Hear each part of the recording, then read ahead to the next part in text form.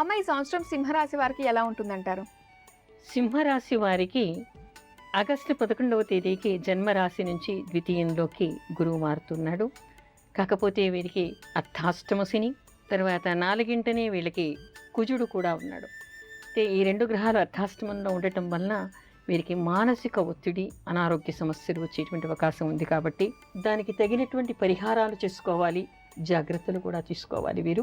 అదేవిధంగా వీరు ఎక్కడ కూడా పెట్టుబడులు పెట్టడం కానీ, కొత్త వ్యాపారాలు ప్రారంభించడం కానీ, వాహనాలు కొనటం కానీ, ఇళ్ళు కొనటం కానీ ఇక్కడ సెప్టెంబర్ దాటే వరకు, ముఖ్యంగా జనవరి దాటే వరకు చేయకుండా ఉంటే మంచిది. అయితే ఈ రాశి విద్యార్థులకు ఎలా ఉంటుందంటారు? రాశి విద్యార్థులకు కూడా అర్ధాష్టమంలో శని కుజులు, కాకపోతే ద్వితీయ భావంలోకి పంచమాధిపతి అయినటువంటి గురువు వచ్చాడు. కాబట్టి గురువు స్థితి బాగానే ఉంది, కాబట్టి రాణించే అవకాశం ఉంది.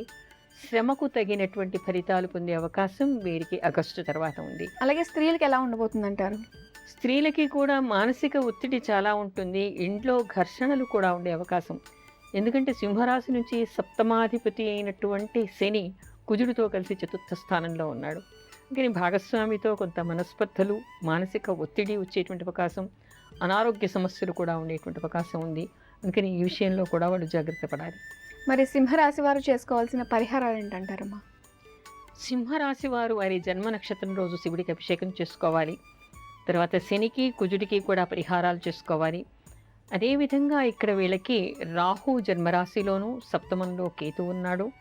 జన్మరాశిలో ముఖ్యంగా ఇక్కడ సింహరాశిలో ఉండేటువంటి పుబ్బ, మఖ నక్షత్రాల్లో ఈ సంవత్సరం రాహు సంచరిస్తాడు. కాబట్టి దుర్గాదేవి జపం చేసుకోవడం, దుర్గా కవచం చదువుకోవడం, దుర్గా మందిరాన్ని వీళ్ళు సందర్శించడం కూడా సత్ఫలితాన్ని ఇస్తుంది.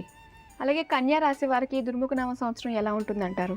కన్యా రాశి వారికి, కన్యా రాశిలోకి ఆగస్టు 11కు వ్యయస్థానం నుంచి జన్మరాశికి గురువు మారుతూ ఉన్నాడు.